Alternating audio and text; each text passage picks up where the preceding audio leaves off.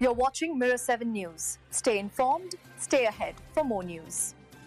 The recent collapse of a high-profile spy case involving two British men accused of passing secrets to China has thrown Westminster into political turmoil. Christopher Cash, a former parliamentary researcher, and his friend Christopher Barry faced charges under the Official Secrets Act after allegations emerged that they had gathered and shared information detrimental to national security between December 2021 and February 2023. However, prosecutors unexpectedly dropped the case in September, leaving many questions unanswered. The government's national security advisor, Jonathan Powell, has found himself under scrutiny.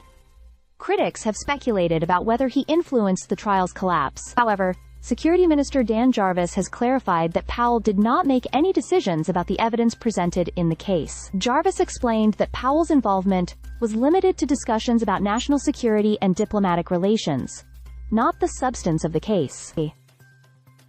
The evidence itself, provided by Deputy National Security Advisor Matthew Collins, was submitted independently, without interference from ministers or special advisors.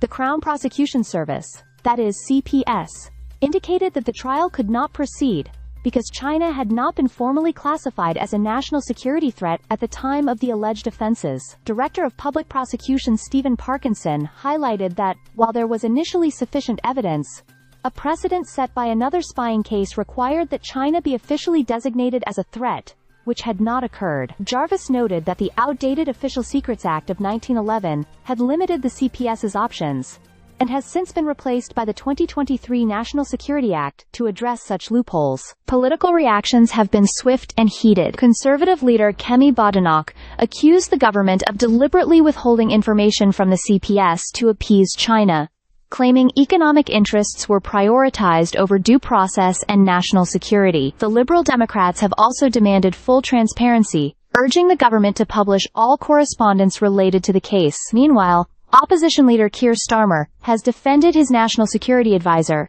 asserting confidence in Powell's handling of the situation. Beyond domestic politics, the case has reignited broader debates about Britain's position in global geopolitics. Analysts and former officials have emphasized the delicate balance small nations must maintain when dealing with powerful states like China. Past governments have also wrestled with similar dilemmas, weighing economic opportunities against potential security risks. In response to the controversy, MI5's National Protective Security Authority has issued updated guidance for MPs, highlighting foreign interference threats from countries including China, Russia, and Iran. As the fallout from this collapse trial continues, questions remain about accountability, the protection of national security, and the complex interplay of diplomacy, law, and politics in an increasingly challenging global environment. This case has not only exposed legal and procedural weaknesses, but also tested the UK government's ability to navigate sensitive international relations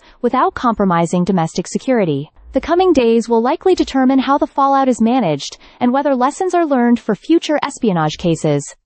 Stay subscribed for more videos.